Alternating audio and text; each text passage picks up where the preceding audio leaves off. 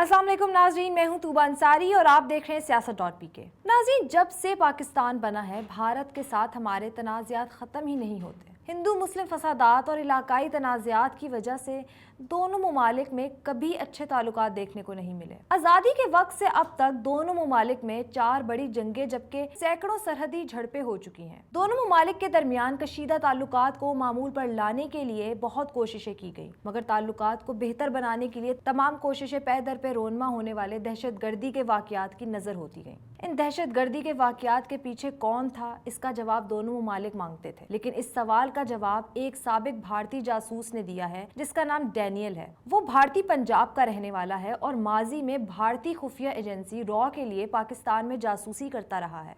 पूछा क्या हो काम है पाकिस्तान जाना तो सरकारी नौकरी मिल सकती है, अगर तुम फड़े जाते तो पैसा बहुत ज़्यादा मिलेगा। भारत के एक निजी चैनल ने डैनियल नामी रॉ के एक साबिक जासूस का इंटरव्यू किया जिसे पाकिस्तान में जासूसी और दहशत गर्दी के लिए भेजा गया। अफसर आए रात सानू आखन लगे कि साढ़े काम करो, यह केड़ा काम कहते पाकिस्तान बम चलाना। वो पाकिस्तान में गिरफ्तार रहा और यहाँ इसने जेल भी काटी। उथे ही मुंह नहीं खोलिया, रात ना लिया ना जासूसी ना लिया। उसका कहना था कि पाकिस्तान से वापस आने के बाद वो इंतहाई कसमपुरसी की जिंदगी गुजार रहा है। वो एक किराए के घर में रहता है जो सिर्फ एक कमरे पर मुश्तमिल है। उसे खुद गुजर बसर के लिए रिक्शा चलाना पड़ता है, जबकि उसकी बीवी को लोगों के घरों में बर्तन मांजने पड़ते हैं। और मेरी मिसेज शहर जानी लोगों ने भांडे मांज दिए, मैं रिक्शा चलाना बच्चे पालन ले। इस साबिक भारतीय जासूस ने बताया कि रॉ ने उससे सरकारी नौकरी और अच्छे पैसे देने का वादा किया था ताकि वो पाकिस्तान में जाकर जासूसी और दहशत गर्दी करे। उसका कहना था कि उस वक्त अपने देश के लिए काम करके बहुत फख्र महसूस होता था, लेकिन अब रॉ ने जिस तरह इसे लावारिस छोड़ दिया है इस पर वो बहुत दिल गिरफ्ता है। इंटरव्यू के दौरान उसने बताया कि 1992 में गिरफ्तारी से कबल इसने पाकिस्तान और भारत के दरमियान 10 बार बॉर्डर क्रॉस किया, लेकिन फिर वो गिरफ्तार हो गया। इसने दावा किया कि पाकिस्तानी हुकाम की जानिब से तफ्तीश के दौरान इसने मुंह नहीं खोला। उसका कहना था कि उसे रॉ ने बताया था कि पकड़े जाने की सूरत में पाकिस्तानी हुकाम को बताना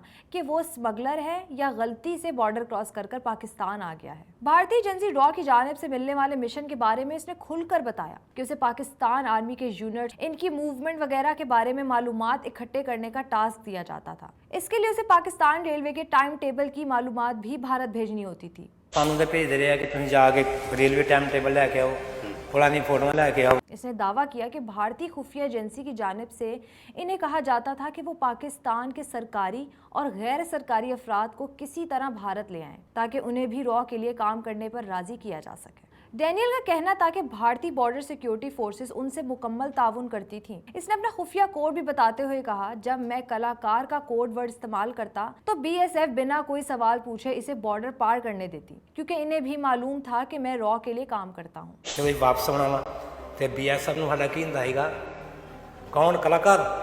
यस। पाकिस्तान से मुतालिक बात करते हुए इसका कहना था कि पाकिस्तानी बहुत गर्मजोश लोग हैं। इसने बताया कि जब वो जेल में था तो इसके साथ अच्छा सलूक किया जाता था। जेल में कैद दीगर पाकिस्तानी इसके साथ तहाइफ शेयर करते थे जो उन्हें उनके खानदान वाले देते थे। इसने कहा, पाकिस्तानी जेल से रिहाई के बाद भारत वापस आने के बाद किसी ने इसका ख्याल नहीं किया, हालांकि वो इमदाद लेने के लिए उस वक्त के मेंबर असेंबली से भी मिला। उसने मजीद बताया कि जब इसने रॉ के हुकाम से राब्ता किया तो इसे सिर्फ 15,000 रुपये देकर घर भेज दिया गया। उसने अफसोस का इजहार करते हुए कहा कि इसे ना तो वादे के मुताबिक पैसे मिले और ना ही किसी और तरीके से इसकी तलाफी की गई। उसने ये भी बताया कि जब वो पाकिस्तानी जेल में था तो इसकी माँ को सिर्फ 500 रुपये माहाना अदा किए जाते थे। उसने एक सनसनीखेज इंकशाफ किया। इसे एक बार एक और साथी जिसने पाकिस्तान में 18 साल जेल काटी थी कि हमरा दिल्ली ले जाया गया, जहां उनसे पाकिस्तान में बम धमाके करने के लिए कहा गया, लेकिन जब इन्होंने इस दहशत गर्दी के लिए 50 लाख रुपए मांगे तो रॉ हुकाम ने कोई जवाब ना दिया। नाज़रीन, इस इंटरव्यू से साफ जाहिर है कि बदनामे ज़माना भारतीय खुफिया एजेंसी रॉ के लिए काम करने वाले भारतीय एजेंट्स अपने ही इदारे से मायूस हो गए हैं और खुद को लावारिस महसूस करते हैं, क्योंकि रॉ के लिए पाकिस्तान में जासूसी और दहशत गर्दी करने के बावजूद अब वो अपनी बकिया जिंदगी खराब हालत में गुजारने पर मजबूर है। और मेरी मिसेज शहर जानी लोगों ने भांडे मांज दिए, मैं रिक्शा चलाना बच्चे पालन ले। नाज़रीन, डैनियल ने जो कहानी सुनाई है वो किसी एक फर्द की कहानी नहीं है जिसे भारतीय खुफिया एजेंसी ने पाकिस्तान के खिलाफ इस्तेमाल किया और फिर तन्हा छोड़ दिया। ऐसे सैकड़ों दूसरे लोग भी हैं जिन्हें इस्तेमाल करने के बाद छोड़ दिया गया है।